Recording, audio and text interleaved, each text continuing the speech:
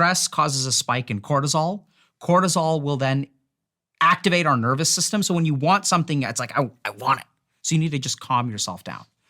So alternate nostril breathing is a great way to do that. We start that by taking your hand and do this, okay? And then thumb is out. Great. Then what we're gonna do is take your thumb, block the right nostril, breathe in.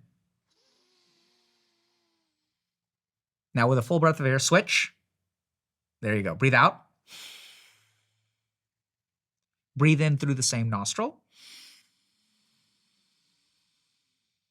Switch, breathe out. In. Switch, out. In. Switch, out. We'll do one more. So breathe in through the same nostril. Switch, and out.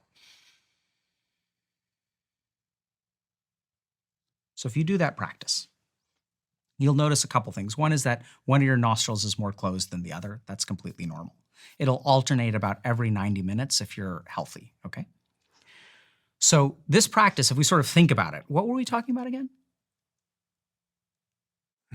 Can't remember. Exactly.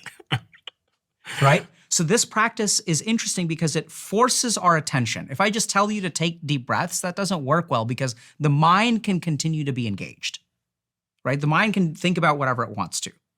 We can talk about marriage, we can talk about your house, we can talk about what you want to eat. And if I'm just sitting there meditating, observing my breath, it doesn't anchor the mind. So alternate nostril breathing is really good for a couple of reasons. The first is that it requires you to pay attention.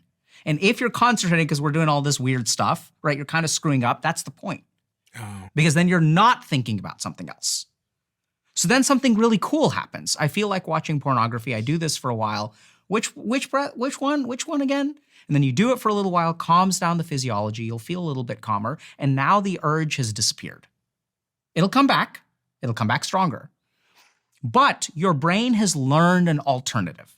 The whole reason we get trapped in a cycle of addiction is because we have one solution to one problem. The moment that we create a second solution, a lot of things change.